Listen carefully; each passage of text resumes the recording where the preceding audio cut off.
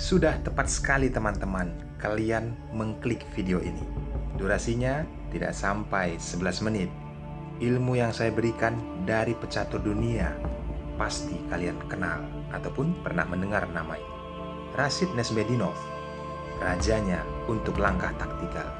Tetapi, ada yang berbeda pada saat dia melawan Vasily Samsonov. Bagaimana langkah posisional? Siapa yang lebih unggul? Posisional apakah taktikal? Simak video ini, siapkan konsentrasi tinggi, dan bagi kalian baru bergabung di Jadi Pelawit CS, welcome. Jangan lupa tombol subscribe dan nyalakan juga loncengnya. Selamat menyaksikan.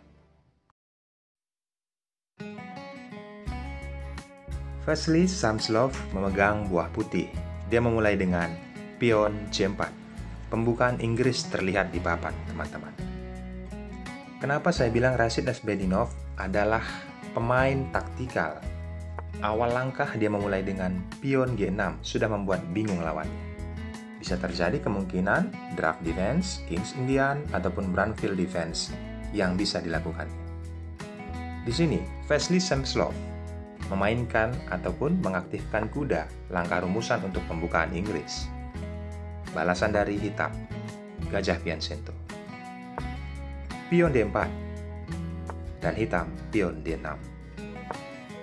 Setelah pion dinaikkan satu langkah untuk persiapan gajah ke G2, hitam mengaktifkan kuda ke C6.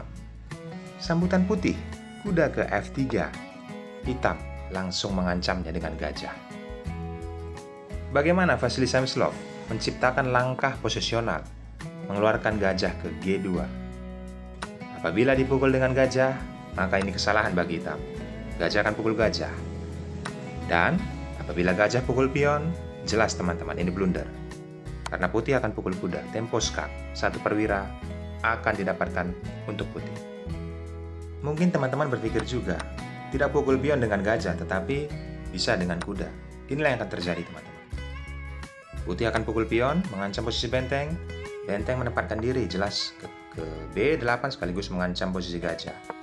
Gajah dipukul mundur. Satu pion yang sangat terancam ataupun pion lemah yang dimiliki oleh hitam. Maka dari itu, pemain taktikal ataupun Rashid Nesmedinov tidak melakukan ini. Dia langsung mengeluarkan menteri, menempatkannya ke D7. Putih, pion D5 mengancam kuda. Jangan pernah berpikir kuda bisa ke E5. Maka inilah yang akan terjadi. Kuda pukul kuda. Balasan dari hitam memukulnya dengan gajah. Putih, pion H3 mengancam gajah. Bila gajah mundur ke F5, pion E4. Gajah mati konyol. Kita kembali ke partai aslinya, teman-teman. Kondisi seperti ini, Rashid Nesmedinov memutuskan untuk mengeliminasi kuda. Dan jelas, kita sering sekali mengabaikan langkah memukul gajah dengan gajah, tetapi ini langkah yang tepat yang dilakukan oleh Vasily Samsonov, menciptakan peluang untuk kolom E bisa dikuasai. Apabila permainan berlanjut dengan kuda ditempatkan ke E5, maka menteri akan ditempatkan ke E2. Sekaligus menjaga posisi pion yang ada di C4. Dimainkan kembali kuda ke F6, pion maju tentunya mengancam kuda. Kuda ditempatkan ke G4, langkah terbaik. Yaps, ada pinan kepada menteri. Rokade sayap raja, pion maju, dan kuda akan tumbang. Itulah sebabnya saya akan menganalisis supaya teman-teman bisa dapatkan ilmunya dari pertandingan ini. Langkah putih, posisional, langkah hitam, taktikal. Di sini, Rashid Nesmedinov memainkan kudanya ke A5, mengancam posisi pion yang ada di C4. Balasannya, menteri ditempatkan ke D3, menjaga pion. Hitam, pion C6, dan putih mulai melaksanakan aksinya. Langkah posisional yang sangat tepat. Pelajari teman-teman. Dia menempatkan gajah ke D2. Apa keunggulan langkah posisional? Setiap pemain yang memikirkan langkah posisional, buahnya tidak akan bisa dimakan dengan cara gratis. Apabila pion pukul pion, kuda akan pukul pion, tempo gajah mengancam posisi kuda. Brilliant move. Ini yang diperlihatkan oleh putih, langkah posisional. Setelah kuda mundur ke C6, ada ancaman kepada pion B2. Perwira yang aktif putih adalah petak gajah hitam, maka dari itu dia akan mengeliminasinya. Tentu saja Rashid menolaknya. Penempatan kuda ke F6. Berikutnya, permainan berlanjut. Inilah fungsinya kenapa tadi pion memukul gajah, tidak gajah pukul gajah, karena peluangnya untuk menciptakan jalur E bisa dikuasai oleh putih. Permainan berlanjut, teman-teman, dengan kondisi seperti ini. Kita ambil pelajaran pentingnya. Vasily Samsonov, rajanya posisional, memukul kuda dengan gajah. Apabila dipukul dengan pion, perhatikan, tempo skak menteri, ditutup dengan kuda, jelas putih rokade sayap raja. Presan kepada hitam sangatlah berbahaya, dan ini membuat Rashid tidak nyaman. Maka dengan kondisi seperti ini, dia memukul gajah dengan gajah. Permainan berlanjut, mengeliminasi gajah petak hitam. Setelah pion pukul kuda, rokade sayap raja diperlihatkan untuk langkah posisional. Ada tempo skak. Maka dari itu, Rashid lakukan rokade sayap menteri. Di sini hitam mungkin berpikir bisa melakukan penyerangan melalui pion dari jalur F, G, dan H.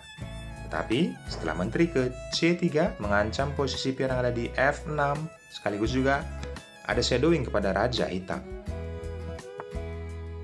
Hitam menempatkan menteri ke F5, sekaligus melancarkan aksi serangannya. Tapi ada pion maju satu langkah menghambat pergerakan menteri, sekaligus juga menjaga kotak yang ada di G5. Hitam memainkan pion yang ada di H5, dan benteng ditempatkan ke D1. Berikutnya, pion dimainkan untuk melakukan serangan. Kali ini ada benteng mengancam menteri. Jangan pernah berpikir, teman-teman, menteri tetap fokus untuk menyerang putih. Apabila ditempatkan ke G4, maka pion maju. Permainan berlanjut, pion pukul pion. Jelas, yang memukul adalah pion yang ada di F2. Pion pukul pion, benteng pukul pion, sudah dua perwira untuk shadowing ataupun mengepin posisi raja hitam. Ada gajah yang mengancam kuda. Kita kembali ke partai aslinya. Rashid Nesmedinov melihat hal itu, maka dia melakukan langkah bertahan. Menteri dimundurkan ke D7. Pion dimajukan ke C5, pion pukul pion dipukul dengan pion H2. Untuk kondisi seperti ini, hanyalah bisa bertahan hitam. Lalu menteri ditempatkan ke F6. Apa langkah Rashid Nesmedinov? Memukul pion dengan pion. Dan dipukul dengan benteng. Ancaman kepada kuda sangatlah berbahaya. Kali ini, diajak pertukaran benteng diiakan oleh Vasily Semyslov. Setelah kondisi ini terjadi, maka benteng yang satunya lagi ditempatkan kembali untuk mengancam posisi kuda. Sangatlah tidak nyaman, maka dari itu benteng mengancam menteri tempo skak ke H8. Setelah ditutup oleh benteng, sudah mendapatkan keunggulan 2 pion untuk putih. Bagi pemain posisional, unggul pion sama saja unggul 1 menteri. Bagaimana dia menciptakan agar bisa mempromosikan pion? Raja bergeser, menteri tetap shadowing kepada raja. Kali ini, menteri ditakut-takuti oleh pion dan mundur saja ke B3.